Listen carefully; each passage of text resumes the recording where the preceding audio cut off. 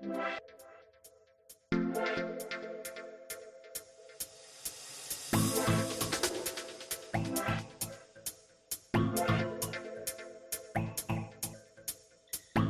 we're live, my friend.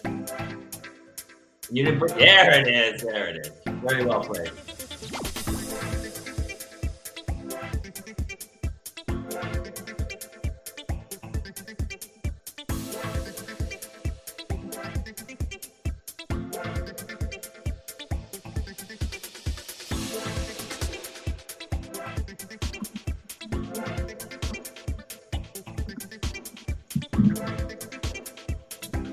Hey, and you muted me.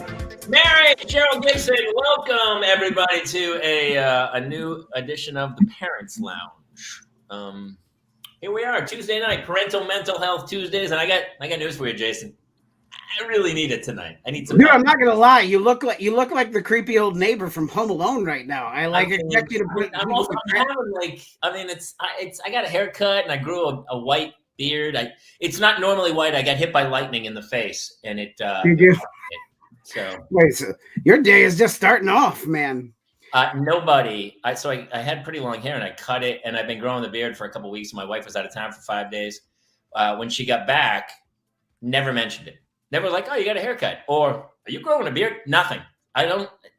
It's like I'm invisible. I feel like I'm invisible at times. I see you. Do you see me? We have such a good show tonight. I don't want to mess around too much at the top because we have a fantastic guest who is going to fix the two of us. She can't do anything with Molly. She doesn't have that kind of time, Taylor. I was told I would be fixed tonight. Is that wrong? I heard it was one session, and it was. I said you can take a shot at it. I guaranteed nothing. Well, would you do the honors for our wonderful guest this evening? Ladies and gentlemen, tonight we have a fantastic guest. She is a licensed ABA therapist. She's a mental health coach. She's a coach of life and everything. She is one half of the Never Thought I'd Say This podcast. Celia Behar is with us here tonight. Which is crazy. I can't wait to hear that because I say things all the time, and I never say I never thought I'd say this. I always go, this is exactly what I was meant to say. That should be. I'm on the other side of that because I actually have. There are things that come out of my mouth now, since I've had children, that I never expected to say. Like, is this chocolate or poop? Has been said way more times than I ever thought it was going to. That's true. That's true. That's true. That's yeah. Now I'm getting it more just because, we've always said that no one's ever asked or said to me like, oh, I wonder what Jamie's thinking, because I'm always so blatantly open. But anyway. You offer it up quick. She's partnered with Jody Sweeten in that podcast. Is fantastic. Celia Behar is here tonight. So funny. So funny. And we chatted a little before the show, and it's great. So I don't want to waste too much time. Thank you guys for tuning in, all of you. I see all the regulars already commenting. You guys warms my heart. It's been a long week. Spring break was last week. So it was like pandemic. It was like a mini pandemic stuck together. So that was horrifying. Be sure to like, subscribe if you're on YouTube. And some of you guys share the show to your page, which we love. Thank you so much, because honestly, it's really about trying to help other parents. And that's kind of why we begged Celia to come play tonight, because she's hilariously funny, which we love, but she also is pretty super helpful, right? I mean, it's a lot of great parenting advice. So we're excited. I felt like it was a great playmate for Kate because the language is on the same level. Yeah, Mulligan Oliver, she already used the C word about 7 times just in like the 3 minutes that she came in before the show started. So yep. I don't think there's much more to say about it. So let's roll it. You have 90 seconds to go mix yourself a little cocktail or, do what you do, and get ready to sit back. We're going to chit chat. We love your jokes. We love your comments. We love you guys so much. So hit it. We could have homes on separate coasts, go dive in Greece with squids. Could have been so bleeping rich, but instead we had kids.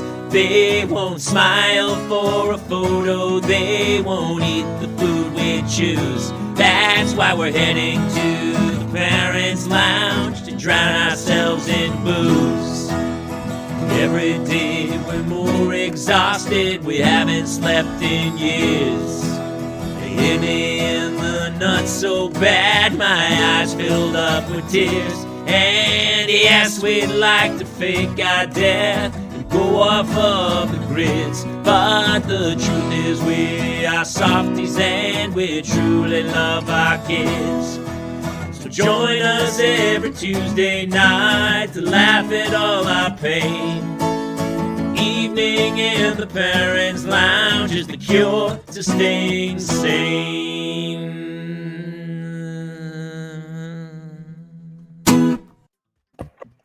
Hello. Welcome. Hi. Our resident mom, Kate Mulligan, is joining us, and of course, our wonderful guest from the I Never Thought I'd Say This podcast, Celia Behar, is here. Hi. Thank you for coming. I mean, Yeah, you're welcome. Thanks for having me. to what do we owe this honor? Truly, I mean, I don't who did you owe a favor? me or them? You. Oh, I don't know. I mean, no. We're low Yeah, life. we now We're high owe her a class. favor. Oh wait, and listen, Jamie, I can't fix you, like mentally fix you, but like, you know, I'm Jewish. I don't know. Maybe I'm kind of qualified to like fix you in a circumcision-y, vasectomy kind of way. If you need I had it. I already had it a long time ago. You gave me extra. I don't know if this. Yeah. Oh, yeah. I'm absolutely snippy snip Jack. Sure. Which is back in the day. That was how they do it. I guess they snippy snip it, but super sensitive. Sometimes when I was younger, I wished I had the sheath to maybe dull some of the sensitivity because Old snake in a sweater, Taylor. I couldn't get through school. Like if I just moved around in my seat and there was like one little, I was like, oh. That was just you, Jamie. No other boys get a boner when the wind blows. That was exclusive to you as a young kid. When I was younger, I kind of wish I just had a penis in general. And Sometimes I still do. Currently, honestly, the way in which I can't pee anywhere is a real bummer. Yeah. No, it's No, I 3D printed you something that is going to fix that, by the way. Oh, thank you. He's not joking. Actually, tell Celia tell Celia your new invention that you guys this should be a sponsorship deal for you. Yeah, guys. Kate, set it up for me, and then I'll explain what I did. My boys, I got 2 boys, Celia, and I have diapers in the car with me because basically even today, like the 4-year-old, like neither of them's in diapers anymore. But basically, he's like, I gotta go pee-pees, and like I didn't have a mask for him to run into the school, so I was like, okay, come to the car, and then I just open up the diaper, they whip their wang out, and they pee into it. yeah. I don't have that. Like if I tried to have any sort of accuracy, especially like if I'm at the point where I really have to pee, it is just it's a Jackson Pollock situation, right? It's just it's gonna go everywhere. So Sure. Jason, Jason was like, I'm gonna help you with this. Well, so Kate kind of told me that she needed a design that would fit comfortably and allow for her to be a mobile peer. So I in a 3D drafting program, designed a device that would allow her to do this. That's kind of like, it's an add-on that she can use as she needs that will allow her to pee. It'll drain out the bottom, and I 3D printed it for her, and I will be presenting to her when I come to Los Angeles in 2 weeks. It's like a funnel. It is. It's basically like what you would use to, put gas into your car or the lawnmower. That is for women. There is a thing that exists for women that is exactly that. There is a product that is exactly that. But let me just, Kate, for serious for 1 second. Yeah.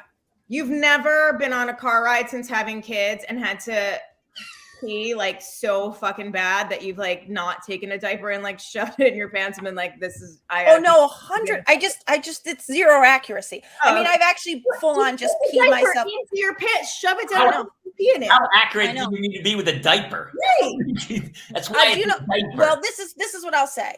The diaper is for a 3-year-old. I'm a 4-year-old woman. I got a big old bladder. I will tell you, it overflowed. I ended up kneeling in my own piss, basically. I went into the back of the car after a hike, and I kneeled down and I put the diaper under me and I peed, and then it just bubbled over. It was You clearly didn't get the super absorbent, No, The adult. I did it. My kid is Yeah, 10. they make Depends. I mean, that's kind of a thing. I should have had Depends. I should have had Yeah. Depends. You guys, Yeah. thank you for the notes. I didn't ask any of you. I mean, if I could go back for 1 second, you were on a hike. I'm so confused. Were you hiking in the mall and you just No, didn't I was feel hiking with my comfortable two You're on a hike. boys. Just piss next to your car. What's the problem? What is Also, it? Is there a It's a burrito? busy Is there a Jamie, burrito you've place got- over the hill from you that you needed to get to? Or time out. You've been hiking in LA. Are you actually in nature when you hike in LA? No, you're around every celebrity that's like walking their dogs. Or I mean, there's more traffic on a hiking trail out here than there is on the 101 sometimes. Okay. That is, from what I know of hiking, and again, I'm going to fall back to the fact that I'm a Jew, and Jews don't really hike or do nature. But in the 2 times in the 8 years I've been hiking in LA, it's true. that is correct. Okay, everybody's got a lot of advice for me tonight. Squat. I mean, listen, you probably hiked past a homeless dude taking a dump. So, I mean, I don't think anyone's going to think twice I if you will tell you. bent over and peed. Today we definitely had that. I didn't realize we were out waiting for my son to come out of his class at the Park District, and I was like, we were walking around, and then I realized at some point my son was just like off by these bushes, and there was a man just pulling his pants up after taking a shit in a bush. So That's nothing in LA though, because it's No. I mean, some guy was riding a bike the other day, and both my daughters were in the car, and when I mean full fucking crack out, you know, broad daylight going right by Trader Joe's, and my oldest saw it first and she was like, whoa, and my youngest one was like, you know, looking down at something. She goes, what? And I was like, nothing, and then she just yells, ass crack. We need to learn early, so it's good. Yeah. That's really super helpful. By the way, I have a name for it. I just thought of a name for your new product, the mock cock. Just mock cock. Oh, I like it. I like it. Cock Somebody had suggested sheeness. The sheeness. The sheeness is yeah, we have heard sheeness. Yeah. Squatty potty's also working for me. that exists. That exists. Squatty potty exists already. Yeah. Wait, what is it? Squatty. Oh, Jason. That is like Celia, take it away. Take it away, honey. First of all, because Kathy Griffin actually used to be their spokesperson, I'm just going to hold up her merch as well. She lost that endorsement when which she was like, that it's bad when Squatty Potty pulls she out. said that was the most painful. She was like, that was the most painful thing I lost was Squatty Potty. It's like a little stool that you put your feet on when you have to shit that you can like kind of push on, so you're more in the way you're as God intended you to poop. Yeah, like this, like sort of like the catcher. Like you're in, like if you dug a hole and stuck your tushy into a hole and shat that way, that's kind of camping style. Yeah, it's basically it's just like it goes on either side, like you stand on either side, and apparently it's the way that your digestive tract is aligned. Right. Oh, I've been doing that with a Paw Patrol stool for a while now. Okay. Also fine. So, fine, Also, yeah. But I just didn't know what it was called. But get on the Paw Patrol stool, though, your kids will eat it. I think everybody knows that. Or wipe it on their face. That's a good way to get pink eye. So I have one more. You ready? Yeah. Urethra. Okay. My urethra hurt, actually. Yeah, I felt that one in my teeth. Right. A little bit. Urethra. Like Aretha. How about Aretha Franklin? I was there. You were close. Yeah, I like it. No, it's got to be Urethra Tanklin. Okay. Urethra Tinklin. Tinklin, yeah. Okay. Yep. Okay. All falling into place. I feel like probably the godmother of soul doesn't.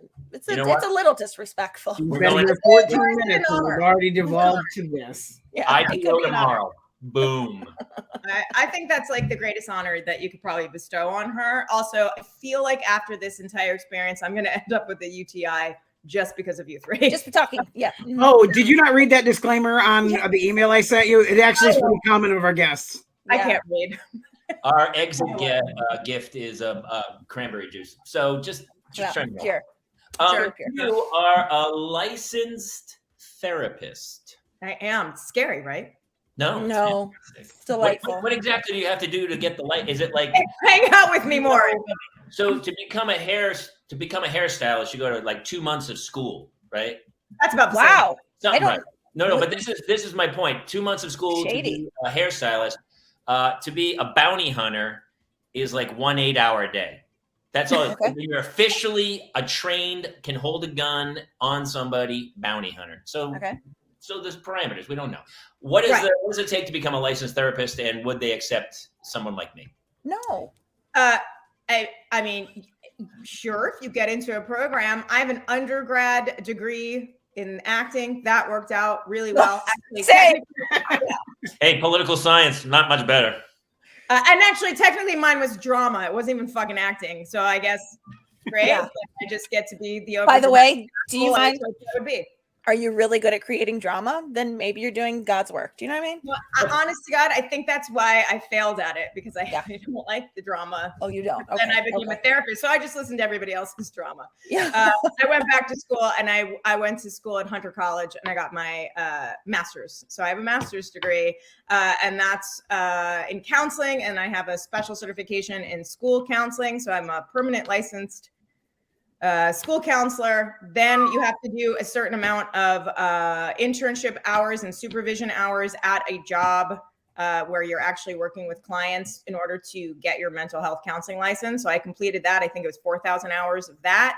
And then I moved out here. I became an ABA therapist. That was another like 300 hours. I'm so sorry. What does ABA stand for? That's applied behavioral. Okay. So for children with, well, not children, anyone with autism, anyone on the spectrum. Oh, very cool. Yeah. Oh, that's awesome. We'll talk after. Everyone talks about the spectrum. That's why it's a spectrum. And then I have different certifications in things because I am an overachiever. So vocational counseling and some rehab counseling and abuse, like, and trauma, that kind of stuff. Things like that. Fun things that, really happy topics.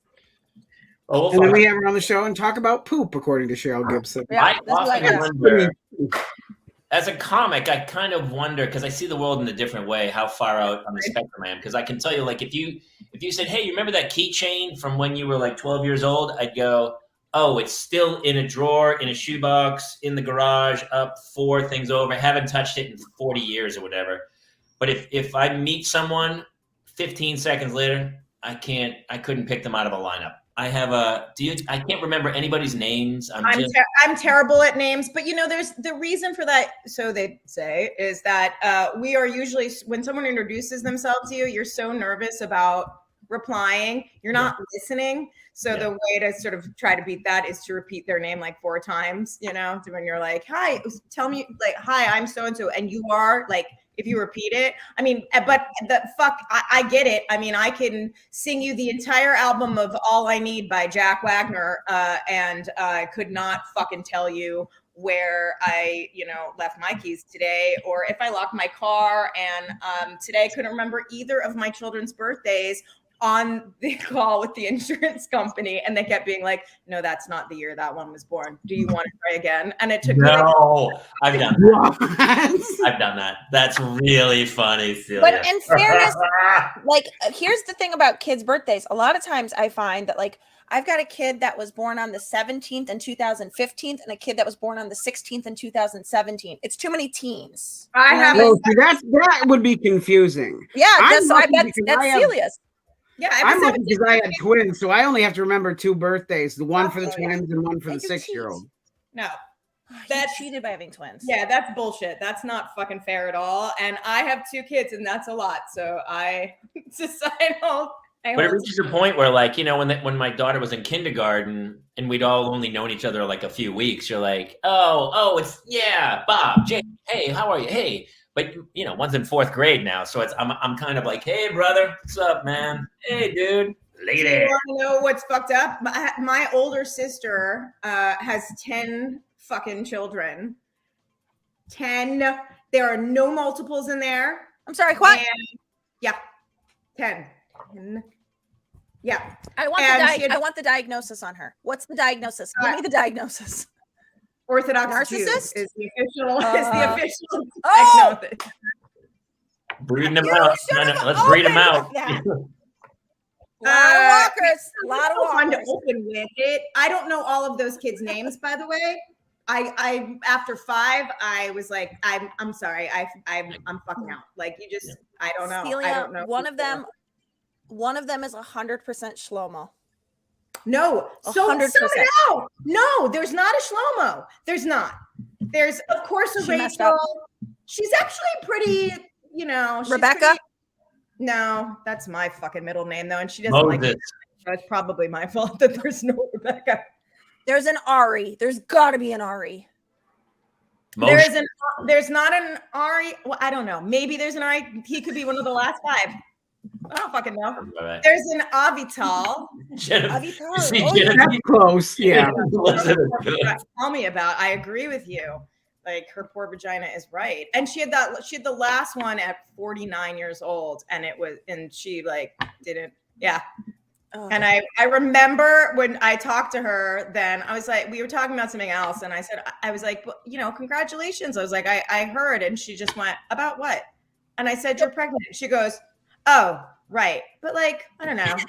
Who cares anymore? Celia, I'm actually so fascinated by the Orthodox culture. Like I've been watching everything I can about it. Because I also used to live in West Hollywood and I'd run through you know, sort of like any place that, for those of you who don't know, if you live in an area where there's Orthodox Jews, a lot of them will live where they can walk to a temple. So wherever there's a temple, you'll find there's neighborhoods very heavily populated with Orthodox Jews. Or they'll live where there's free parking, where they can leave their car after they drive on Friday night, and then they take it up until Saturday after sundown. Listen, I didn't say that's it. That's how I go. That's how I choose where I'm going drinking. If you have to like move your car by drink anywhere near there, I'll pick a place that goes, oh, you can park overnight. Okay, I'm gonna drink here. Were you raised Orthodox though? I was raised as a conservative Jew. Yeah. Okay. So underneath that, yeah, my parents kind of went back and forth. There was points where my mom was more reformed, but then when she got remarried, she became more went back to conservative. So my house was kosher. And I went to Jew camp and the whole shebang, but I refused to have a bat mitzvah because I wanted to be in the high school play, which was very un-Jewish of me because let me tell you, you'll make like thousands of dollars from being in the fucking play. And I gave that up. Wow. Yeah.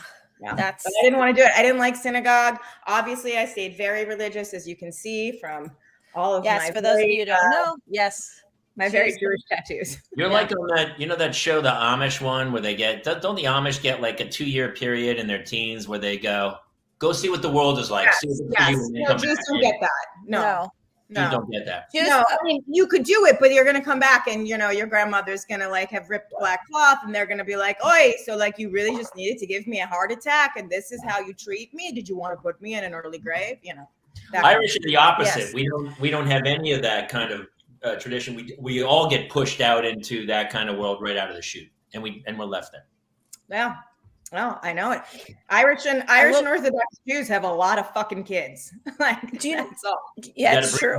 That's the Catholic way. Breed them out, and that's how. I mean, that's why this country, all the white rich people are having like 1 kid, 2 kids. It's all the immigrants typically have a lot of kids, and then you see France, and that's why the far right parties are starting to be like, hey man, it's because certain religions breed a lot of, you know, it's customary to have a lot of kids.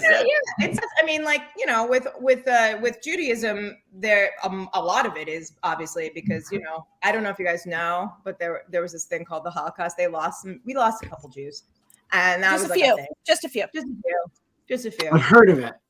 I think my sister was actually just trying to like repopulate all of them, but I'm not totally sure. She has a long way to go to repopulate. This is true. What we lost. And I think her uterus is most likely like, nah, I think I'm good. I think we're done now. I would think. Okay. See, I can't imagine. Like I'm barely hanging on with 3, and like my grandmother on my dad's side had 18 children, and I don't. What? Yeah. No. Yeah. I'll tell you what. The Orthodox Jews was down to fuck. That's for sure. I'll tell you what, the Orthodox Jews are unbothered as fuck. I'll tell you what, those women, they'll be in a Ross dress for less with 12 kids, and those kids will be tearing this, and they're just like, you know, like, Shlomo, you know, like, get the stuff in it. Like, they are chill as fuck because they're doing the Lord's work. They're procreating. And like, I got to tell you, I was like, I fussed more over one kid or two kids than they will over 12. I mean, it's like, they're the chillest. I don't know. Lori, my older sister said to me one time, so I was like, I think it was when she hit like 4.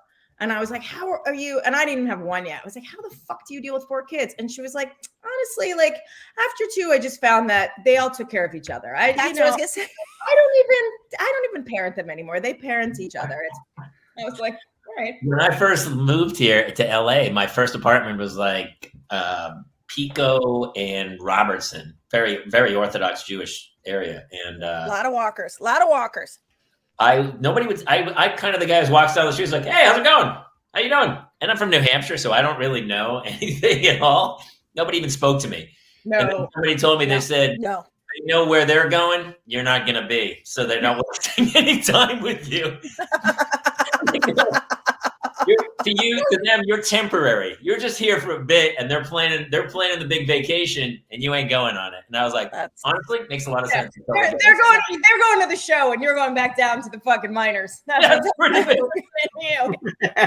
Well, when I first moved to LA, soon after I moved to LA, I of course end up, without even meaning to, I moved into a Jewish neighborhood because I didn't know I moved up from upstate New York. And I found like a place real fast that my, family and I could move into. And it was me by myself. My kids and I came out here later. My now ex-husband drove, after. I end up in an Orthodox neighborhood between synagogues on either end. And I'm like, wow. So your Jew sense was tingling. Yeah, like it was my Jewy sense. Like it was like, woo, right there. And then one morning, and there was an Orthodox family of 4, I think at the time, that lived next to us. And I was pretty newly divorced. My kids were just fucking around. It was Friday morning and we were late and I just needed to get them to school. And, I'm like, they were flicking each other in the head. That's what they were doing. I just kept, Mom. And I was like, stop it. Stop. You guys, stop. Get your book bag. Stop. And I'm sort of pushing them out the door. And as soon as I got them out the door, they're doing it again. And now we're like going to be late. And I just fucking lost it. And I'm like, guys, get your fucking asses in the fucking car. I said, I have had enough. Fuck you. It's fucking Friday. Get in the fucking car. And they were like, okay. And we walked straight out our gate. And the entire Orthodox family is all standing like in line order, like littlest to the oldest, and they're all dressed the same. They're like, Liesel. Yes, exactly. Friedrich. We're just like out there. Yeah. And the mom is there and the dad is there. And we just like lock eyes. I just looked at them and I was like, good Shabbos. Good Shabbos. Yep. Good Shabbos. Shabbat shalom. Jason, I can't believe it. We found someone who's actually got a filthier mouth than Kate does. I'm impressed, to be honest. Honestly, I suspected it. I knew they were going to be besties. Pretty, yeah. When I was online dating and I used to have in my profile that I had a potty mouth, and I was like, if cursing offends you, swipe the other way because I will fucking offend you. And then I met my boyfriend that way online, and within a few I don't know, months or so, like he would kind of bust me on how much I swear, and I was like, hey, I said, I told you, like that as advertised. I said it. And he was like, he said, lots of people say that on their profile pictures. And I said, oh, so like none of the girls who went out before cursed as much as me. And he said, no one I've ever met before in my entire life. Hey, yes, I'll take that cool badge. You're the greatest at one thing, and that's something. That's Yep, it counts. It counts. Well, I used to be. I have a album where I swore in front of. I'm from the Navy. I was in the Navy. I swear. I still swear a lot. I even said shit to the kids tonight. They were fighting in the backseat of the car before soccer, and then I had a long conversation with the older one and said, "What are you doing? Stop with it. Stop with the fighting. Just you're picking at it." No, I'm not. Oh, I'll try to be better. 30 seconds later, we get in the car, we drive away. Within 2 seconds, they were like smashing each other. I actually almost pulled like a Rockford Files. Bam. Actually, first I went, are you guys strapped in? They both went, yep.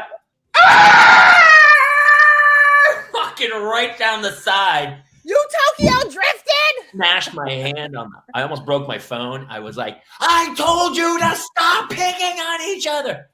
She was like this in the back seat. I was like, okay, all right, okay, and I drove away. And then they didn't fight again for the rest of the ride. Yeah, sometimes you got to do that shit. Jody told a story once that made me laugh for like 3 days. She was like during Christmas, and she took her mom, so Grammy, was in the car in their van, in her minivan, which is almost all windows. And she has her 2 girls in the back, and they went to go drive around and look at lights and stuff for Christmas. And the 2 of them were in the back of the van, the 2 kids fighting. I can't see over her head. I can't. She's like, there's windows all over the place. And she kept being like, stop it, stop, trying to keep calm because her mom was in the car. And finally she just pulls over, turns around, and she looks at them and she goes, listen, whoever says anything next is going to get out of the car with me.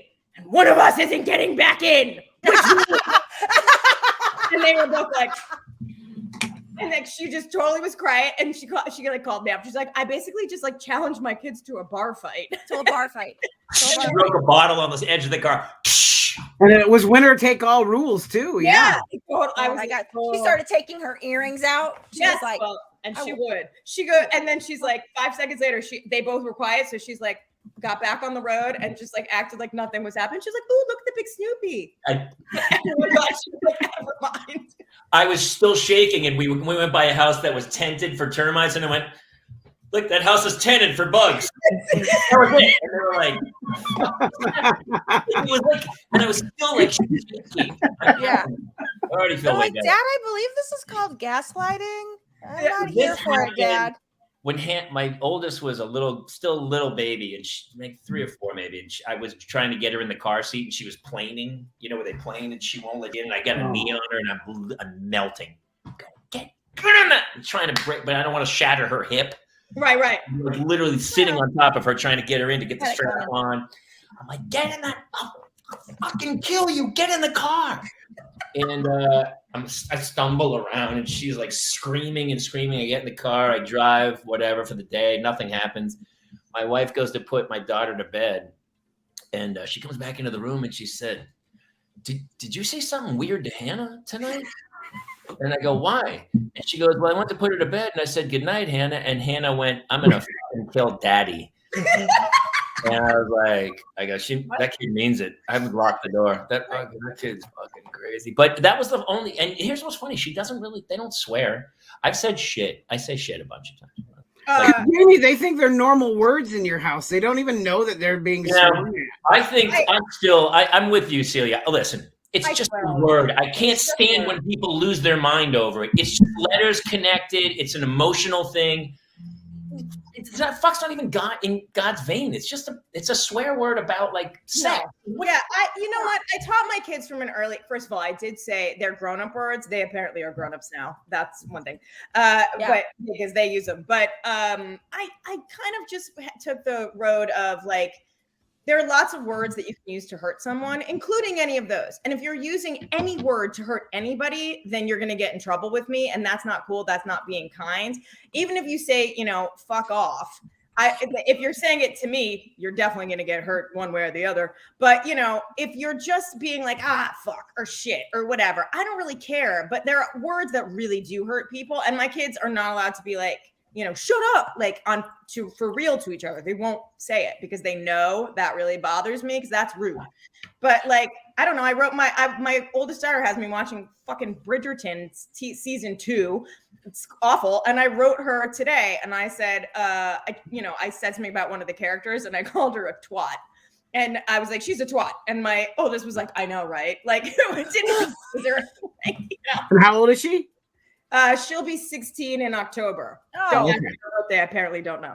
So I think she is right, by the way. Words do hurt Jamie. Words hurt Jamie. Like when my daughters say, sometimes the kids will say, words hurt Jamie. I'll give you an example, Shug. This happened to me. I told this before, but we were looking for something with my daughter, and they were melting down. It was nothing I touched. My wife was like, you threw it out. It was like her soccer uniform. I didn't throw a fucking soccer uniform out. We're looking for 30 minutes. It's a meltdown. She sends me to the car. I go to the car. I'm out there for 20 minutes. going under the seats, everything in the car. I come stumbling back in. It's all quiet. I'm like, did you guys find it? And my wife goes, yeah, I forgot. I put it in the closet. And then my daughter, the 8-year-old goes, yeah, as soon as we got your negativity out of here, we found it. I fucking melted down. I exploded on her. I've told you guys that before. I lost my shit. And I've never heard this before. You ever heard that? No, we have not heard this. By the way, and she thought she was being funny. Like she's Wait, was Hannah or Claire? by the way, it was to Hannah. be clear, she was being funny. She was. She goes, yeah. As soon as we got your negativity out of here, we found it. I go. I would make this prediction now. If there's one child in the Kaler house that causes Jamie to have the heart attack that kills him, it's Hannah. How old is she? She's 8 now. I love the kids so I love them so much. But she's mini me. So I have a neighbor across the street, and I'm a sarcastic joker. I just say. So the guy says, the guy is sitting there. She's like 5 at the time, and he goes, hey Hannah, how's it going? And she turns to him and she goes, wouldn't you like to know? I go, oh, that's gold. But that's amazing. There were a bunch of other parents around, and all of a sudden I'm a dick because she's my kid. And so I made her write a note that said, I'm still learning how to be funny. I understand that children aren't allowed. And I made her copy it over letter for letter and put it in his mailbox across the street. And she wrote this big long thing. My dad is teaching me that how to be. And I know certain things seem funny in my head, but they're not yet. But they will be. But this line really is funny, my father told me. Because I go, look, that's a really funny line. I'm not going to lie to you. It's pretty funny. I mean, that was pretty cool. Oh, yeah. She nailed it. She looked up at him like, wouldn't you like to know? I was like, God damn, that's funny. But she obviously knew she was being funny. My youngest one keeps saying shit that just the wrong things. Like she's using the wrong words or expressions for things. And then I find out that she's said them to the teacher. And I'm like, oh shit. She was telling me a story one. And I wish I'd thought to have her write a note to the teacher to explain. I did not say that in front of her because I'm hand to God. I think now we can agree. Like I'm outing myself for all kinds of shit. I've never used this word in front of her. One day we were sitting at my table talking, telling me a story and her sister. And she was like, yeah, I was telling the teacher and the teacher didn't understand me. And I was like, blah, blah, blah, blah, blah. You get the jizz of it. And I was like, whoa. What did you just say? What did you just say? And she was like, you get the jizz of it. You get the jizz of it. And I was like, no. Did you say that to your teacher? Yeah. Listen, I've gotten the jizz of it so many times in my life. At least twice. Oh, man. One of her special skills is on her profile. On her resume, it says special skills. It goes, I get the jizz. I get the jizz of it. You have to write that down. Whoever's doing stand-up, that's a fantastic on-stage joke. It was so fucking ridiculous. And I was like, hilarious. It's just. And she goes, oh, well, what does jizz mean? And I was like, fuck, didn't see that coming. And I don't know why I didn't. See what I did there? You walked right into it. Yeah. For the final punch, though, you have to go, come on, what's the problem? I get the jizz of it. Come on, me. You gotta just keep pumping the other words for it. I'm just totally then had to also explain to her in the most I was so not ready for the conversation. So I'm like, well, it's I'm just when a man and a woman's nether regions ache for each other. Yeah, I should have said that. Or sometimes just your freshman year of college. Listen, whatever. I still blame the circumcision. I'm very sensitive. I get very sensitive. Are guys, this is a valid question. Are guys who are full sheathed? Yeah. A lot of my friends, I used to work in an Irish pub, and they were all Irish guys. Yeah. And they were like, "Why the fuck would you do that, boy?" I go, "Wow, I didn't do it. I mean, it was done to me. I was a baby." But they weren't. They were elephant boys. Yeah. And is it less sensitive? No, it's more sensitive, you turkey. They say it's more sensitive. Yeah, that's what I've always heard. Man, I can't even imagine more. Yeah, it's more. I mean, if I had that much sensitivity and the internet, I don't make it. I don't make it past 14. And wait, I'll also add an Oculus. Oh no. It's a coupling of some sort. Yeah.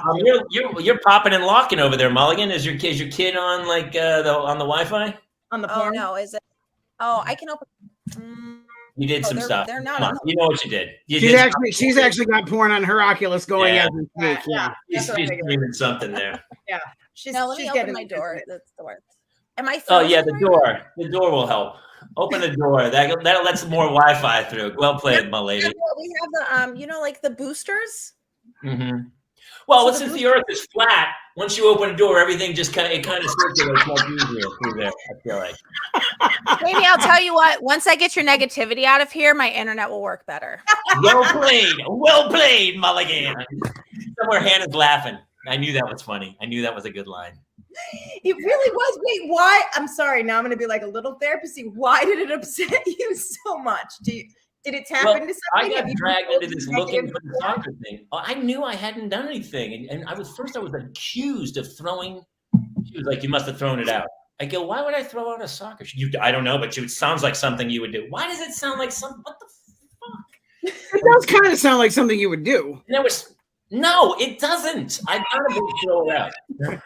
I'm sorry. I just said that to watch you flip This out. morning we had 7 minutes before the kids have to go to school. I'm trying to order their lunch for next month. I'm online, and I'm like, chicken taquitos or French toast for lunch. Nothing. So I have to make lunch on the 22nd. Write that on the calendar. Next day, pancakes or egg sandwich. Nothing. And I'm going through. So I'm doing this. So I have 7 minutes trying to get out the door, and my wife's like, "Hey, I've been looking for some jeans, my summertime jeans." So I could have sworn they were in the garage for some reason. And did you throw them out? Why would I throw out your jeans? I'm not fucking throwing out. She goes, seems like something you would throw out jeans. I'm not throwing shit out on a day. I don't just go through the house and rummage through things. And yes, Jason. Celia and I have a question about what summertime jeans are. They're summertime jeans. They say summertime. That's a valid question. I'll ask. No, I can tell you. Do they say summertime across the ass? Like, I need more information. No, I'll tell you what. Whip in the ass to let the breeze in.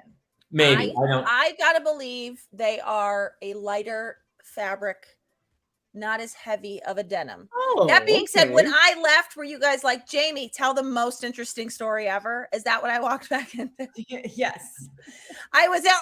It was taquitos or French toast, and then it was the summertime jeans. Is the internet working now, Kaylor? Even the kids couldn't get through. I go, kids, focus. And all of a sudden they'd be like halfway through the month. They'd be like, wait, what are we doing Friday? I go, Jesus, he would focus on the task at hand. Then let's get through today. What the?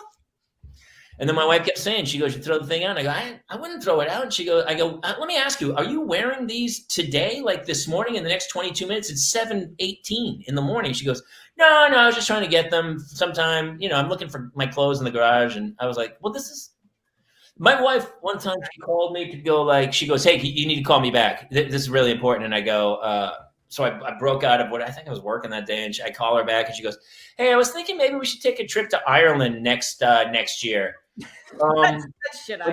Something that I go, what the click. You hung up on her?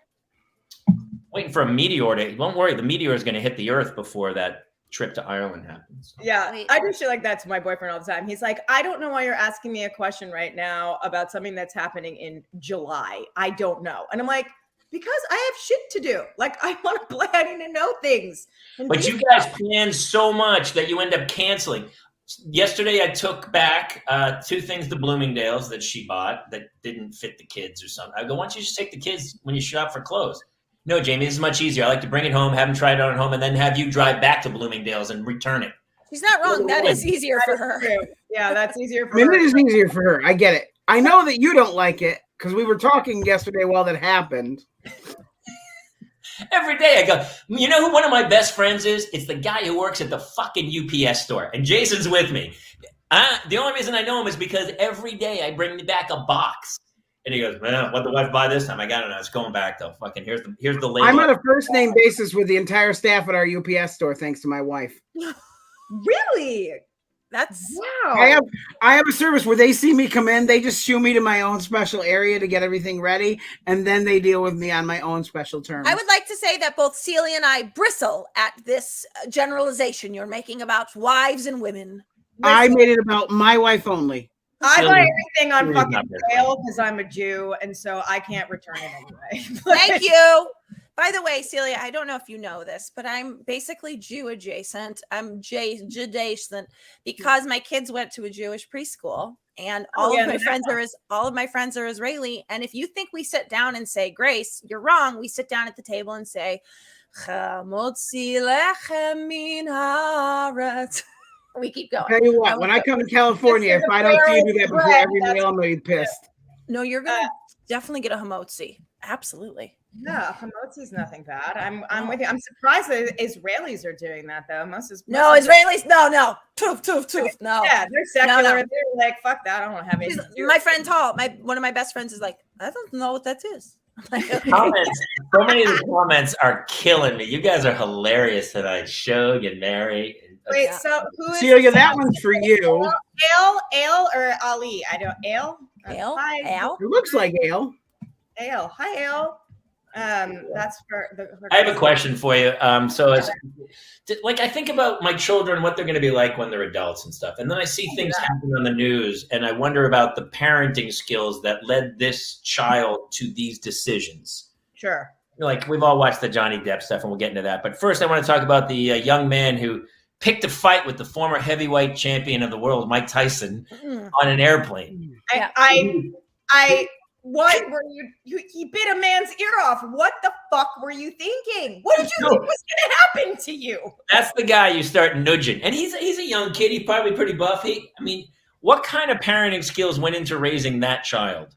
I mean, what kind of parenting skills went into raising Mike Tyson? Also, but fine. Well, He didn't have parents. I think he was genetically cloned like Jurassic Park. His mom and dad were gone drug addicts. I think a grandma was there for a while, and then you know who was his dad was the boxing trainer. Oh, Yeah. Million reasons, but I don't know. Clearly, these were not parents that were like, know your audience, know when to, know when to hold him and when to fucking fold him, and you should have sat the fuck down, Kenny Rogers. This was not funny shit. I mean, he didn't really fight Tyson. Tyson just pummeled him in the face. But that should be. Are you going to do a parenting book? You should do a parenting book because that's one. I always say those are some of the things I always say. I say know your audience, know your craft. Always know your audience. Me and Jody talk about that a lot, and we've been asked to do a parenting book a lot. But Jody and I are so. We struggle with the follow through of anything. The fact that we are, keep up with the podcast or our friendship at this point is we're the same. We talked beforehand. I said we normally just fly by the seat of our pants, and you go, "Oh, I'm going to fit right in." Thank God. If you'd asked me to prepare, the fact that I sent you pictures last night was a fucking miracle because I hadn't checked my email in like 3 days. I've been waiting for the weekend. Can we show? You can show whatever you want. The video of your daughter. All right, everybody. Do we need to set it up, or should we just let it run and then talk about it? It really sums up my kid, who's older now, obviously, but she's the same personality right here. Lulu, what are you doing? I can open and close my butt. What? I can open and close my butt. How do you open and close your butt? Like this.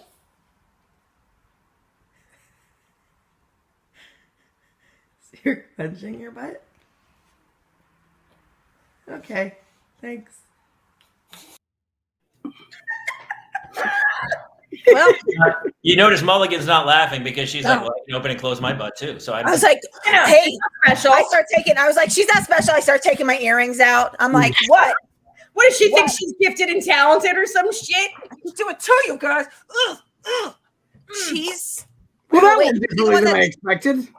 Is she the one that's 16 or 10 now? She's 10 now. Oh my God. She gets the jizz of it. That's that. I'll tell you what. Nice callback. That's a good callback. I want to close her butt for that. Let me tell you. But here's what the problem is. All of us, us and the audience included, we're going to use that someday, like in the future, like 2 weeks from now. And someone's going to say, I get the jizz of that. And everyone else in the room's going to go, what the fuck did you just say? He goes, oh, no, I was watching oh, fuck. Because now that's gold. That's such a good, that's a shirt. That's I know. We definitely thought about putting on a shirt, and I guess we probably will soon. But we're always like, oh, but whoever wears that shirt, like, what's gonna happen to you if you go outside? Come on, and it should be, come on, I get the jizz. I get the jizz of it. Well, she followed that up recently. Well, How do you follow that up? Yeah. So this is what happened the other day. She was in the car with me and her sister. I was driving them to school, and we were talking about sex education in the car. She's really like, she knows it's coming up because she's in 5th grade, and that's when they step them in and stuff. And she said to her sister, she was like, Harper, what do the guys say when like what are they going to do when we watch this video? Like, what's included? Because I have to talk about periods and stuff. And Harper goes, oh, the guys aren't in the same class with you. They like go and learn about deodorant, and you guys have to learn about periods and boobies and sex and all that stuff. And Lulu just goes, oh, good, thank God, because I just know that there was going to be 2 guys in the back of the class while the movie's on jerking off. And I went, whoa, what did you say? And she was like, what? There'd be like jerking off, like, hey, yo, blah, blah, blah. And I was like, nope, that's not what you mean. That's not what you mean. Don't say that again. Have you said that in school? Did you say that to your teacher? And she goes, yeah, like 2 of my friends. Why? And I was like, so you meant goofing off, not jerking off. Don't say that again. And my oldest goes to say something, and I go, stop, like, no, quiet. And Lulu just goes, well, what does jerking off mean? And I'm like, look. Like, and I just go, I mean, you saw that one coming. Yeah, I mean, it were in that ballpark. It was early. I really didn't. And this was my response because I couldn't think fast enough. I just went, well, you remember when you said, you get the jizz of it? And she goes, yeah. And I'm like, the jizz is what happens when you jerk off. Mm-hmm.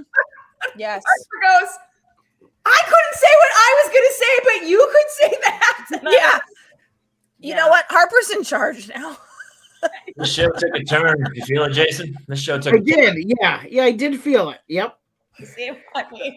By the way, when Lulu asked me for like the 3rd time what masturbation was, speaking of Harper being in charge, I finally just turned to Harper and I go, I don't have this in me. Can you take this one? Okay. No, Mom, it's not my job. So should we have Harper on next week? Probably. I have a question. Well, Jason, we know Jason has a problem with it because he jerking off? You have a problem jerking off? What? Okay, all right. Why are you bringing this up again? This just in. Jason has a problem jerking off. This just in. So I received this message, Celia, just a few weeks ago. I was like, since I've been on the show, sorry. Yes. It did come through again while you were here, but this is what happened. Something in my algorithm has triggered this lady, and I think it's a bait and switch. I really do. I think that once you get in there, I realized that it was a Christian fundamentalist thing. Once I went in to make funny comments. It didn't go well for me. I was preached to. It makes me so happy. I felt really dirty after I left, and I was like, "Oh my God, I am a sinner. I really have. I've made some poor choices." But Jamie talked me back, and he's like, "No, you're good. I think you're doing fine." Why is that a sin? Why is that a sin?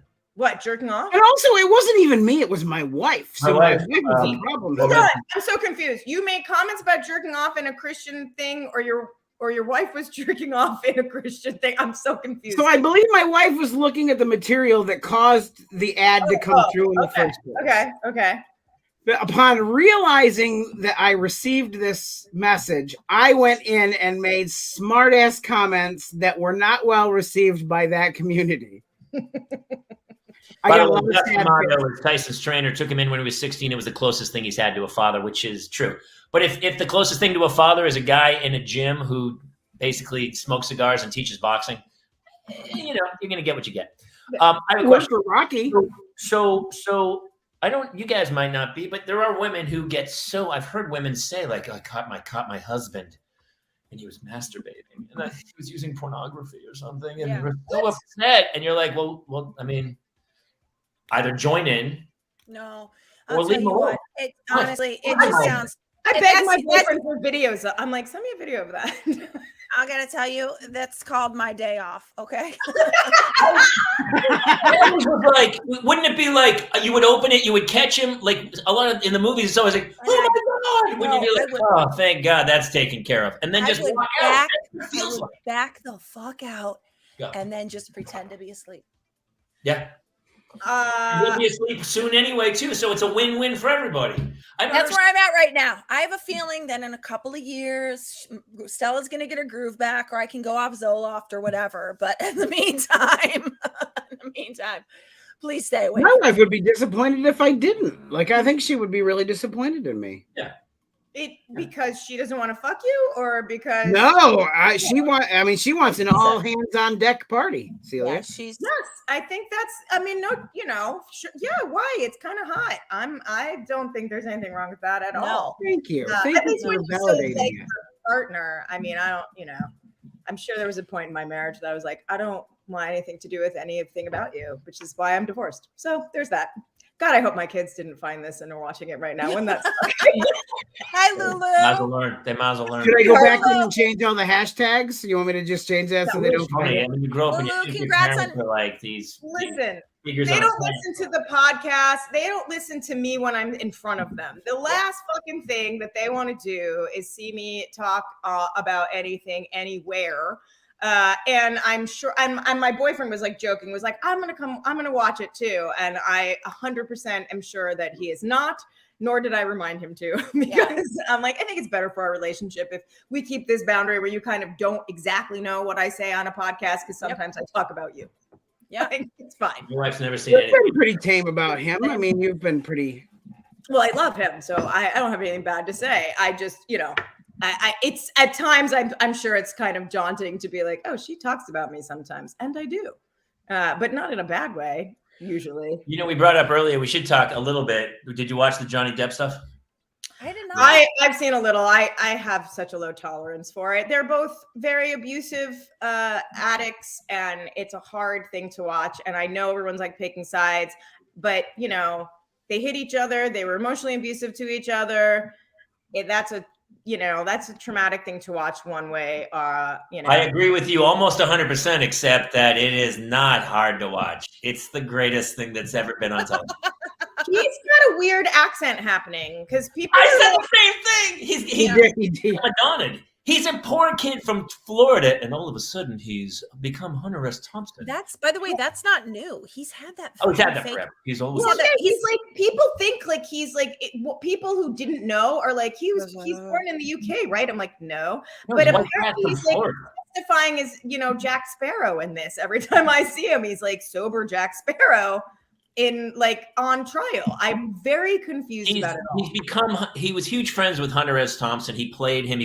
Have you ever seen that? Fear and Loathing, and realized fantastic, and he does a fantastic job. He's with Benicio del Toro, is fantastic, but he stuck with that. And people have said he kind of idolizes him and is carrying on his. But he said stuff in there, and it's so funny because the guy was like, "You were drinking whiskey at 11 in the morning." He goes, "Well, it's happy hour somewhere, I believe." Gold, you have to watch it. And then the guy is reading text where it's like he says that he reads a text to like Paul Bettany or Keith Richards, and it's like, my C word of a girlfriend is a blank, and I wish I could gut her and kill her and do all these crazy things. And then the lawyer would always, after every text he read, which was gruesome, that's like, he thought he was being funny in some weird jokey way. The lawyer would always go, "Am I reading that correctly?" And Johnny Depp would go, "You read that very well." It's you have got to watch this thing. I did see that the judge was like told his fans they were gonna get removed or something because he said something like, "Do you remember that movie?" And he said, "I've made lots of movies I don't remember," or something like that. And they started laughing, and the judge was like, "I will take you out." I'm like, goodbye. They showed a picture of him passed out, like unconscious, and he's got ice cream melted all over him or whatever. Which is, I actually have a joke about that because I did that back in like college. And I call that a typical Saturday, actually. That was yesterday. So he's not even embarrassed. He's like, "Is this a photo of you?" And he goes, "Yes, that's me. I believe I'm asleep." And the guy goes, he's like on a couch, legs are folded up under him, and he's leaning against the back. And he goes, "But if you notice, I have my hand in my pocket, which means I probably wasn't even eating that ice cream, and it looks like it was placed for the photo's effect or something. And which is kind of right. He goes, I will tell you, I worked 17 hours that day on Black Mass. And if you've worked on productions, I'm sure he was exhausted, tired. Oh, and he also says, I was on heavy drugs on it. Like, Yeah. Wait, because you can't eat an ice cream cone with the other hand in your pocket. I mean, he should. it was a Talenti, actually, like, which is my favorite ice cream. I was like, oh, that's. I mean, according to Alanis Morissette, you can do a lot. I was like, Alanis Morissette can do a in her pocket. So the other one's eating ice cream while I'm passed out. I think that's in the extended lyrics. That's in there. Jobo! Joe! You gotta have to. Yeah, Jobo is one of our regular folks. He's a riot. Hi. Somebody else was just saying that they were like, I know you. You are Jody's friend, and that is true. I am Jody's. But that's actually my middle name. Jodie Foster. For those of you who don't know, she's best friends with Jodie Foster. That's right. That is like this. That's the Jodie Foster. That's my middle name. Much like I've told my older daughter that her middle name should just be "Go get your sister." Go get your sister. That's all I feel like I fucking say. I've said it to her for like 7 years. I'm amazed she actually didn't think that was her name for the first, 9 years of her life. Like, that's all I do. Go get your sister. Right? That's like in 10. I will not live to see either of my kids hit 16 or 10. None of them. I have 3, right? I have 3. Is that right? You have 3. Jody Arias. Yes, Jody. Jody That's Arias. The one. That's also the one. Correct. All the Jodys. I'm just best friends with all the Jodys. It doesn't matter. You guys know Jody Arias. Did you ever watch that? How It Happened? Jody Arias? Anybody? No. She killed the dude in the shower. She murdered the guy, her boyfriend. I forget. Hey, Jobo, what's the storyline of it? She kills him, and then I forget how she gets away with it. She thinks she's getting away with it. Wait, in real life, murder podcast? Because if it wasn't, I don't know. Jody Arias, yeah, Jobo, you're gonna have to write something or something. Google Jody Arias, Jason, if you're on your computer. Yes, I am. Genevieve says she's a psycho. Oh, there's a great show, and she's like, you have to watch. There's a Jody Arias documentary. It's fantastic. Ooh, okay, well, I like a good murder documentary. Yeah, Jobo's right. Fantastic. Travis Victor Alexander was an American salesman who was murdered by ex-girlfriend Jody Ann Arias in his house in Mesa, Arizona. Shit. Yeah. Had it coming. Lived in Arizona. Well, then I think it was one of those. She drives away and then leaves some messages like, "Hey, are you okay? Where are you? What's happening?" Oh, she was like gruesomely stabbed she was on the stand. Oh, that's right. She was on the stand for 16 days. You have to watch. It's gold. Probably not as entertaining as Johnny Depp stuff. Right now, Celia, I have a question for you because every time lately I'll hear people and they go like, "Did you hear the news? I was so shocked." And I go, I haven't been shocked in a long time. Like the only thing that would shock me if I walked into my kids like made their bed and cleaned their room. That would be shocking. Yeah. Like human nature wise, nothing shocks me. Like people like, oh, they pulled a restoration hardware lamp out of his ass. Makes total sense. I totally see that happening. Like nothing. There's nothing that shocks me anymore. Well, that's only because he could open and close his butt. So that's true. I mean, first of all, sure. Which is a skill. I mean, as a therapist, and I'm like, God, I'm almost 20 years at doing this, I think now, something like that, 18 years. There's very little that shocks me. I can't say obviously much about it. I will say I'm currently helping somebody, and I for the first time in a very fucking long time, I have been shocked. Okay. Like I was like, holy shit. Yeah, usually, she's somebody who's a back and forth relationship, and this guy, came back around 2 years later. I love you, I love you, I love you, and then it's just gone so fucked up in the sideways. And I usually can, spot. I'm pretty good at being able to like say what's going to happen in relationships after this many years in it. One thing that I have a really hard time with always, and most people do, is, identifying a sociopath, because sociopaths, unlike psychopaths, they learn to pass, and that's part of it. And so like they do and say things, even though they don't have the feelings. And that's a problem. Oh, fuck you, Len. I know that was at me. That's Lenny. Len is. Is there a story there? Yeah. Somebody came. Whose mother came screaming at them nude? I think it was Celia is the mother. Yeah. So Len is, I love you, Len, by the way. He's a Never Nationer, as we call our podcast Oh, listeners. you have fan names. We do have fan names. Len is like one of our original set. We used to say we were only going to have 7 listeners. Len's one of the original 7. And it's actually worse than it even sounds the way he wrote it. He was being kind. This is what happened. My kids were fucking around in their Harper was having some sort of meltdown at night. It was really late. I was exhausted. This was back in my old place. They were still in the same room and they had bunk beds, and Harper was on the top bunk and Lulu was on the bottom bunk, and Harper was freaking out, and I was trying to calm down. Harper, stop. Like, she can hear me. Our rooms were attached through a bathroom. I'm like, Harper, you need to stop it. I told you to stop it. And then, that rage that only a parent really understands, because it kind of like, you think you're fine, but then all of a sudden you're like, I'm not fucking fine. And I just lost it. And I jumped out of bed and I ran in there to yell at her, but I sleep naked and Lulu's on the bottom bunk. And I fucking was like in Harper's face on the top bunk, screaming at her. I was like, you better shut up, fucking, like, just lost my shit on her. And all of a sudden it dawned on me that not only am I yelling at her naked, but that poor Lulu is on the bottom bunk with You're also in Lulu's face. Kind of view as her crazy naked mother is screaming at her older sister on a like a deer in actual headlights. Yes. By the way, Lenny, thank you. Yeah, thank you, Lenny, for bringing that to our attention. Prompting. Lenny's our producer off camera. Lenny, thank you for the prompt. That was fantastic. We've talked about it before. I slept naked for a brief period in my 20s, but that went awry. So now I wear shorts. Why did you go awry? Naked. But have to go back to a past episode that we talked about that. Why? What happened to you? Why did you? You remember that? You remember that story, Jason? Prompt me a little more, because I am having San Diego. It's pretty hot. I'm in my bed. It's like 8:30 in the morning. I just woke up. I was awakened with a phone call. My mother. Yes. So I answered the phone with my mom. I'm on the phone and I'm totally naked. And just for guys, like, your hand the sheets were off me because I was so hot in the room, because in San Diego, there's no air conditioning. And so I have my hand on my junk, just because your arm's the perfect length. I wasn't doing anything. It was just resting there, kind of like, Jason, guys just hold their hand there. I mean, it happened. I mean, it's just a biological thing. He is right. He is being honest. The suspense is killing me. Was the call coming from inside the house, Jimmy? My mother was in the house. That's such a good joke, Mulligan. I just need to know. So I'm on the phone naked. My hand is just laying on my junk. I'm kind of hungover. It's in the morning, and I'd forgotten my girlfriend was coming over.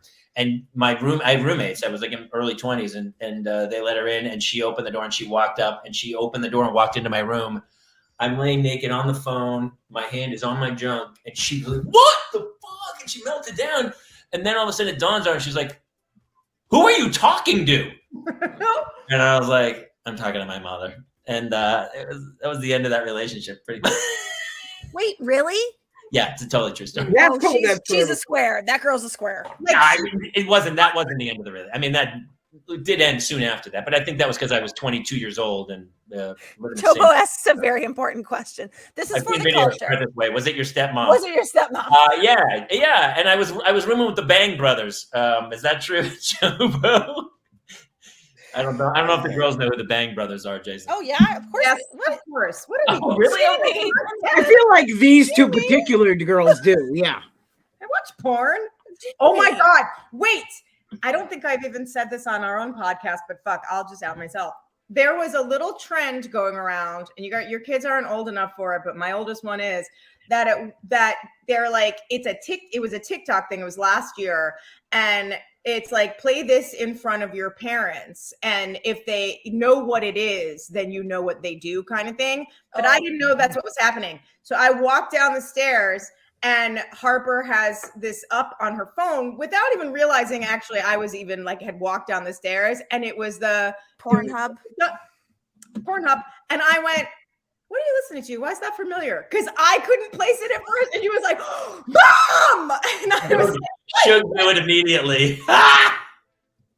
Sugar's right there with it. I gotta tell you, Celia, I'm still old school. I'm still like, because I grew up on magazines. You've got the Playboy with Pam Anderson in it. So if I see something that's like some of the times like something will pop up and you'll just be gruesome and you'll be like, oh my God, that who's like somewhere someone's like, yeah, that's really turning me. I'm like, if that turns you on, you're in serious trouble. Like this is how I like to watch. I'll watch porn on my phone.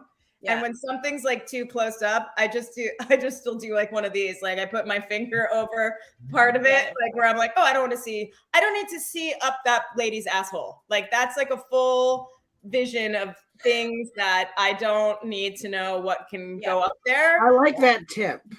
You know, just I like that. That's a good way to do it. We've all looked away. I've like been like, oh, I can't. I don't want that. But I think that's it's good. It's sound advice. I never saw Two Girls, One Cup. I wouldn't watch it. People tried to show me Two Girls, One Cup. I also never saw it, Jamie. That's so funny. I also never saw. I watched all the reaction videos. I didn't see Two Girls, One Cup either. My boyfriend told me about it. He's like, "Want to see it?" I was like, "No, I don't. I've lived this far." When I was a kid, there was remember like video. Well, you guys, I don't know if you're old enough. Video stores. You remember you go on like a Friday night and you'd be like, back room. They're sold out of everything. They were sold out of all the new things, and all of a sudden you're like, well, I guess I'm watching fucking Blue Thunder again with Roy Scheider. God damn it. Okay, I'm probably older than all of you.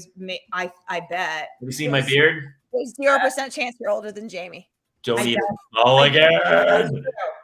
I have an older kid. I bet I'm older, but I will say that back in the day, if you remember this, then we maybe are the same age. Remember the show on, I think it was HBO or Skinamax or one of those called Electric Blue. Yes. And it was like back when, you had the thing, you had to find the middle channel. The scramble channels. Yeah, the scramble channel. I know about the scramble channels, honey. Well, I'd watch that at my dad's. After he'd go to bed. Kate was like a NASA scientist in there, like doing Tokyo. Man, I'd be like moving that around, trying to. 42 when Electric Blue came out.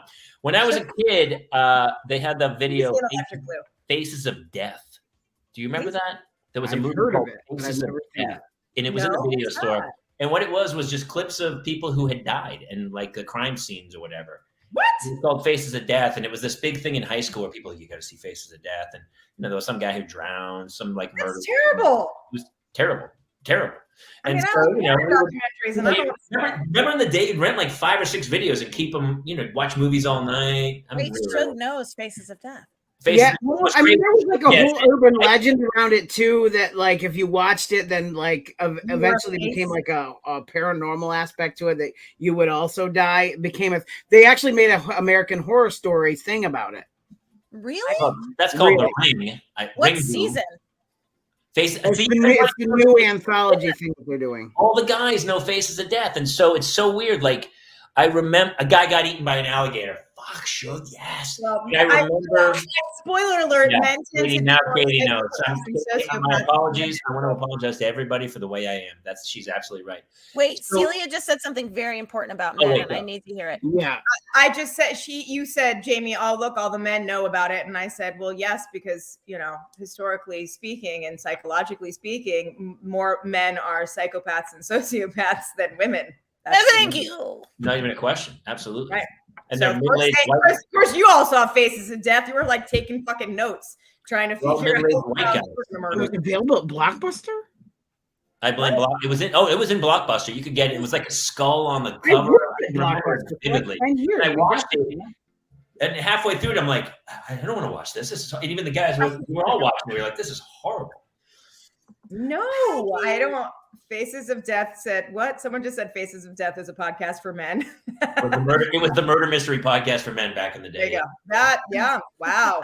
It was like, back in the day, it was like a viral video that you would. I mean, everybody knew about it through high school. The rite of passage, Jamie. It was a rite of passage, and it was one of those. I think that's why I didn't watch Two Girls, One Cup, because I still to this day remember Faces of Death, and I was like, I don't want to watch. So the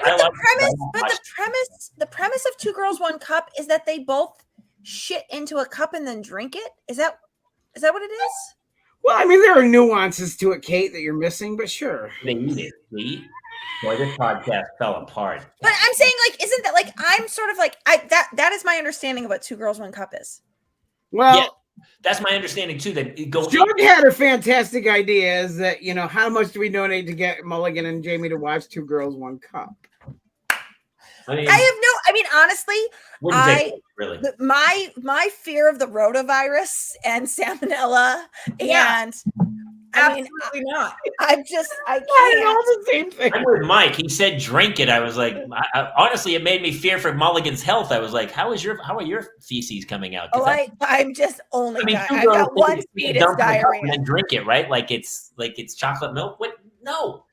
So Sorry. we're clear. 2 Girls, 1 Cup was not available in Blockbuster in the 90s, correct? Oh, you've seen it. It's super gross. It sounds horrible. Back in my day, there was a Waters film. What's his name? From the guy from Baltimore. He with Divine, the drag. John Waters. And they make the movie. Everyone's always naked in his movies. Sure. He walks around and the dog poops, and then he eats the poop. No. I I kind of remember that actually. It's called, Female Trouble. Anybody? Obviously, Professional X knows exactly. If they wanted to make a porn version of Faces of Death, it would be Vinegar Faces of Death, right? You're not wrong. That's your Pornhub version of that. Ding, ding, ding. Pornhub.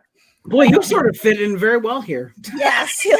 I'm not sure if that's good or bad. I gotta be honest. Terrible. This thing's gone I feel like it's gone further than I was ready to go. I feel I'm like going to take a silkwood shower after this entire experience. I felt like we were just gonna hold hands and make out, and all of a sudden, Celia's hands down my pants, and I wasn't ready for it. Wait, but we did I'm just sure that my wife's gonna waterboard me after this. Yeah. By the way, which has happened, and I was like, each time I was like, I'm not comfortable. I guess, yeah, I'm sensitive. Oh, I'm sensitive. Yeah.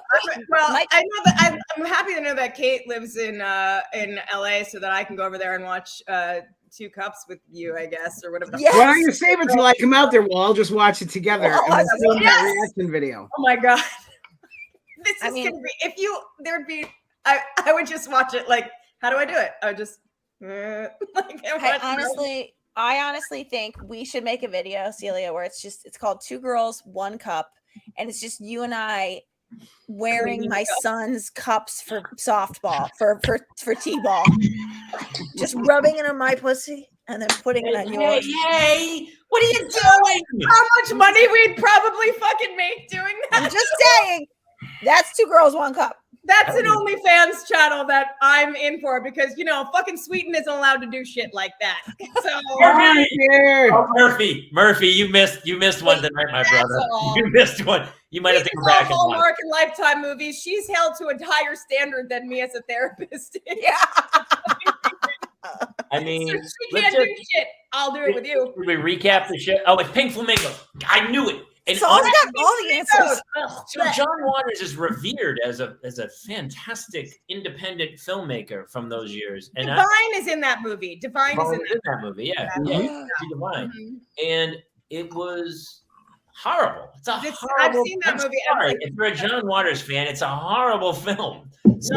Female Trouble, like they're just terrible films, but he's still revered like a giant film. Did he make Lost Highway also? No, that's Lynch, who's one of my favorites of all time. Who's crazy, but Blue Velvet's one of my favorites. I never needed to see. Not that I don't love her; she's fantastic. That was more nakedness of Patricia Arquette that I've ever needed to see in my entire fucking life. No, she's love. She never has clothing on the entire movie. She just runs around nude.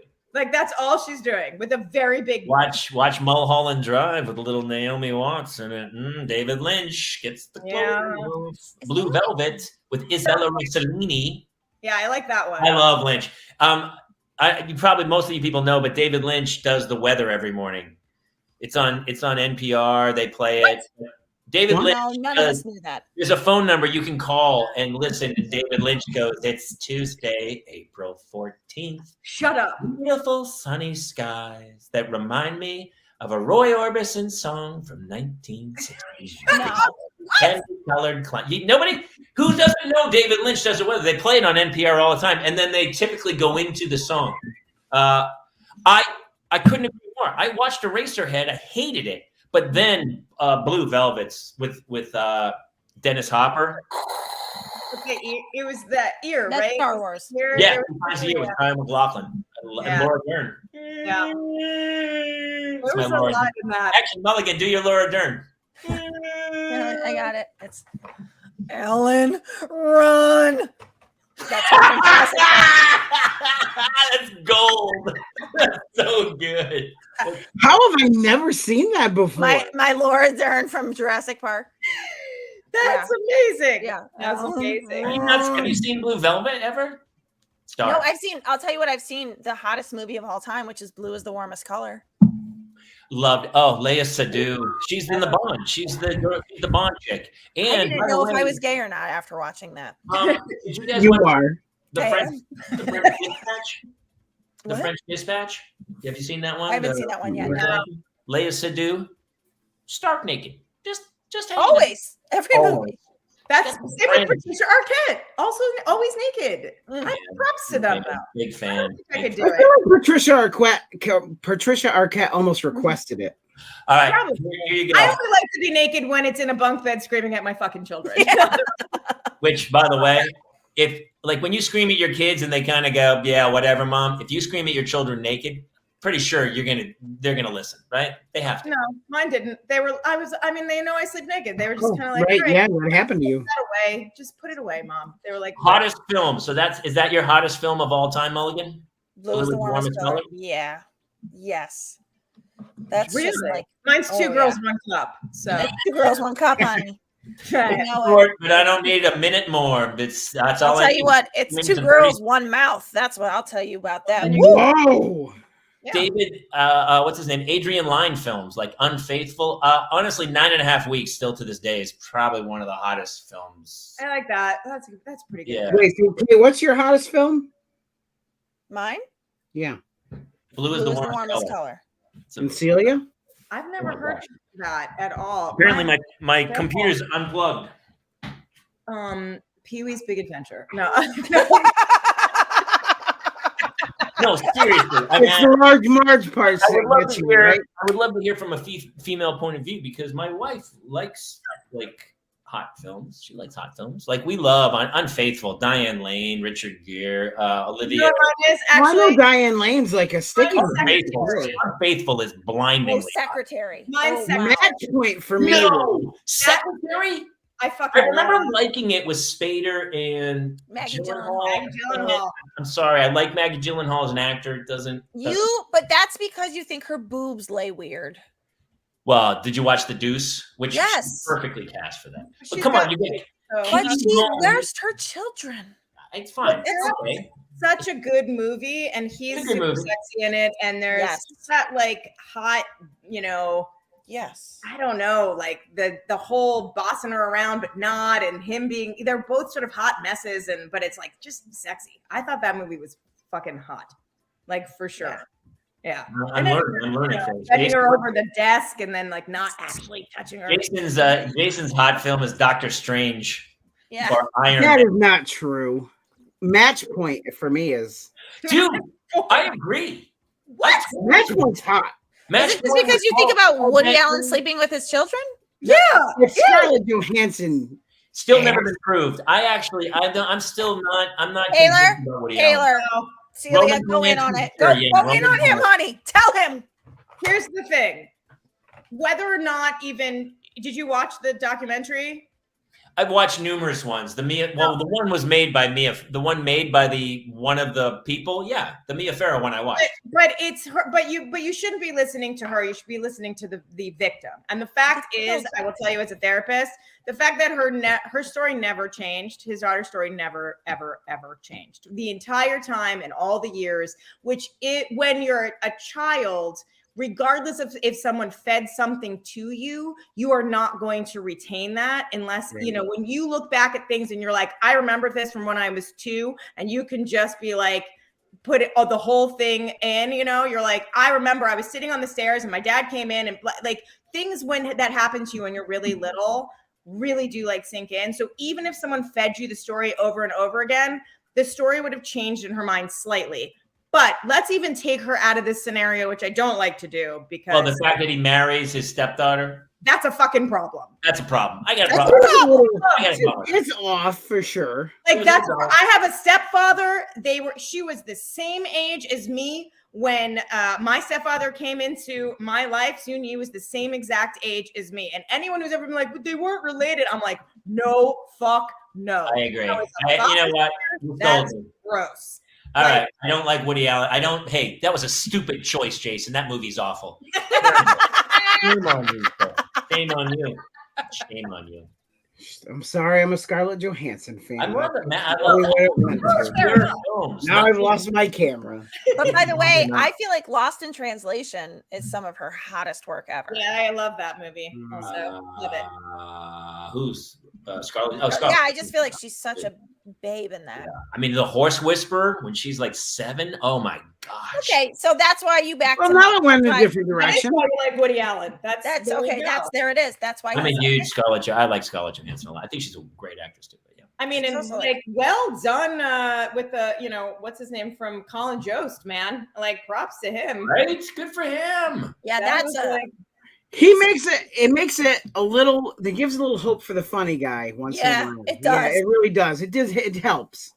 I can't remember. I think it was Mike on one of the weekend updates, and he was like, "I didn't know that we were allowed to ask the guests out."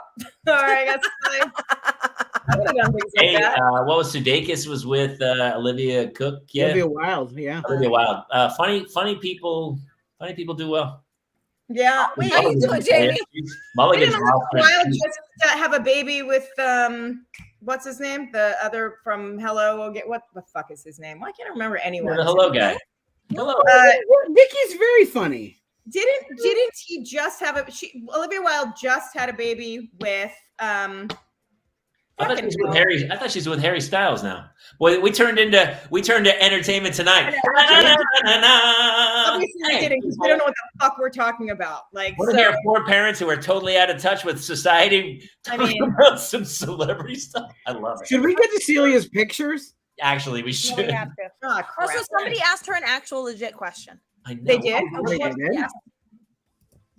Is there a real? Where's a good There was question? a real. It's a paragraph up above. It's from Mike Luciano. Okay, Lucky- might be. Hold what do we got? please. Lucky Luciano, Hey. who had a question for a therapist. Now, Oh, I think we got should it. all give our opinions and then let Celia tell. All right. Hey, everyone. Hope you're Actually, all let's well. all start. Let's all do it, and Celia will go last, and she'll tell us how wrong we are. Therapist question is someone who has a parent that is emotionally manipulative, obligated to communicate with them Okay. because they're family.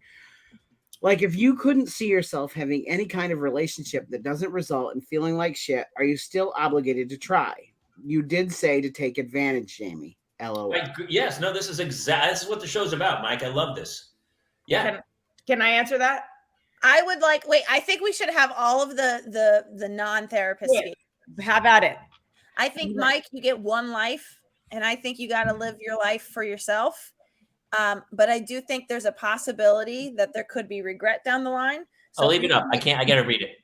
If you can make peace with maybe having regret, like if that person were to suddenly die tomorrow, if you'd have regret about it, make peace with that first. But I don't think you are obligated at all to keep toxic people in your world.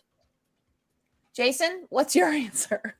I'm going to be honest. I agree with you completely, Kate. As someone who comes from this space and who has this directly in their life currently, I agree with you entirely. I think that keeping the person who caused me so much pain in my life has created lifelong issues that I will deal with forever. Jamie? I mean, I agree. Jamie's just like, I'm still reading. Honestly, I'm not a great reader. I'm not gonna lie to you. So I'm still halfway through it. No, listen. It was so funny because I was talking to somebody today, and we were saying, I was talking about the fact that I've always in my life cut people out who have negative energy or have brought, I feel like they are not a good part of my life. Just gone. But it is weird with a parent. I haven't had, like, both of my father and I, I wish I could go back and tell him I'm sorry for being such a dick when I was younger, but he also probably, I was the youngest of 6. He had me late. He was probably like, what the fuck have I fallen into? So we were never really super close. I used to do a joke about how the closest we ever got was a firm handshake. Like, but he was a great guy, but he had his issues and stuff. And now as a parent, I'm looking at my kids, and I don't think I'm emotionally manipulative, but I hope one day that they appreciate everything I've done for them. But so I don't know about cutting off, but I was never in a place where my parents made me feel terrible. I did do things I wanted to, even though my father like yelled at me for getting out of the Navy. He was so angry with me, and I would always do what I did, but I would kind of, I remember not going home often, and I felt terrible about it, but I don't know, Celia. What's the correct answer? What's the real answer, Celia? C or D? What would the answer? There's no real answer, obviously. But oh my God, someone got thrown in Facebook jail for their comments. Congratulations. I didn't see. Cut them off if you're cut them off. Yes, that was a way simpler. Cut to the chase answer. So, well, I will. Yes, Jason and Kate. That is, you're both actually. That's correct. So I would say no. You're not obligated in any way whatsoever.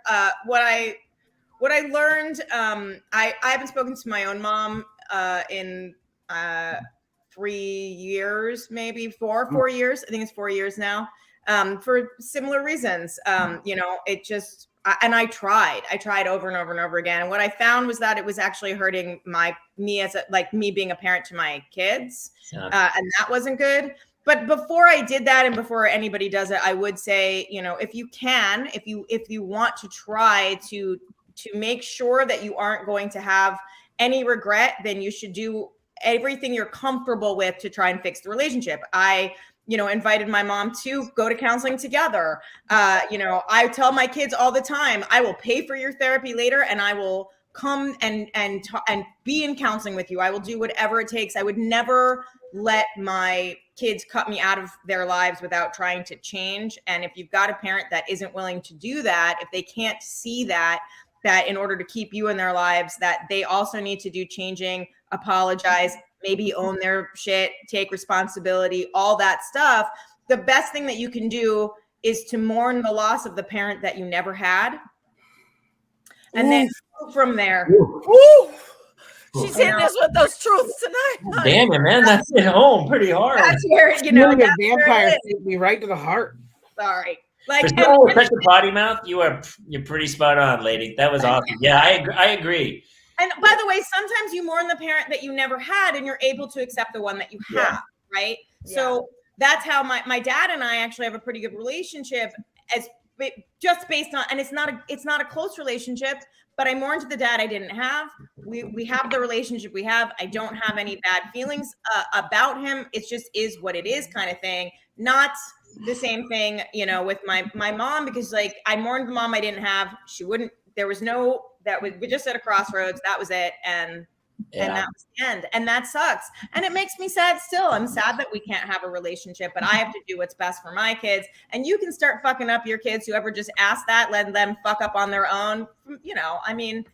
From the very beginning, like the second they come out of wherever they, as soon as you let them, start letting them fuck up. That's what I say. I also feel like knowing what I grew up in, I feel like I'm not making those same mistakes, but I think I have no idea of the mistakes I'm making. Right. I'm sure I am making those mistakes, but I also am sure that I say sorry as I make them. Thank you. Yes. The accountability. Right. That I feel like our generation actually has. Yeah. I think makes all the difference. The number of times I say sorry to my children in a week it's shocking. Oh, I'm constantly like, I fucked up. I'm sorry, or this isn't about you. It's about me, and it's not your fault. And I'm sorry. I need to do that more. Actually, I think I have a time, but I find myself acting like my father sometimes. And I walk outside and go, "What are you doing? What are you fucking doing?" But you can't help it sometimes. You get here in the moment, and we're emotional. Our whole families. We're all redheads. We're 4 redheads. My wife's a redhead. I'm a redhead. And we have 2 redheaded kids. And so there's a lot of... you could be an Orthodox Jew, it turns out. That's true. That's true. I'd be Moshe. That would be my name. Moishi. It'd be more of a Moishi. I pronounce it Moshe, though. Oh, okay. Keep some ties with the Irish and the Three Stooges, mostly. By the way, Celia, did your sister need a Shabbos goy? Because that's all I've ever wanted to be. I asked her if I can be her Shabbos goy, and she's like, it doesn't work like that because you're Jewish, and it doesn't make me happy that you can say things like that, and then I know that you don't practice at all. All right, listen, everybody. It's 8:30. I think that, you know what's funny? The therapist story that you just talked about, that's kind of what we had talked about earlier. So here's what, I mean, if you would, I think you need to come back and we need to have a bunch of questions from you. Yeah, sure. I'll come back anytime. Super great. Tell stories. I hear my kids are running around. I told my wife, I said, hey, listen, if you can just, I'll probably be on until like 8:30. They should be in bed by 7:30 reading till like 8 with lights out. Then she's like, yeah, we got it. I hear you're running around the house as I'm. You should have said to her, hey, could you go back to Bloomingdale's for me? Bringing it back home, Mulligan. Ethan asked me really quick. when I could come on, and I was like, "Oh, that date's good because my kids aren't fucking here." So, because Harper would have been in here with all kinds of shit to say about me, apparently. Occasionally, our kids do that. I honestly think, Carl, a lot of us, we work very hard to listen. My father was great. I love my father, but sometimes I find I'm doing the things that annoyed me the most about him to my kids, and I'm like, oh, I gotta stop that. So, hey, let's talk about your podcast for a bit here, and tell people how to find it and where to go. And it's great. The clips. It's so funny. They make me laugh so hard. One of the reasons I like it is you guys are so bluntly honest about like how you're parenting. I really like that. We hide it. We try to hide it. Yeah, I can tell. No, we out ourselves for so much shit. And by the way, it's like something like the, jerking off thing or the jizz of it, any of that, happens in my house. And the first fucking thing I think is usually I'm not going to tell anybody this ever in 1,000 years. And about 20 minutes later, I'm like, actually, I'm going to tell everybody. I'm going to tell it on the show.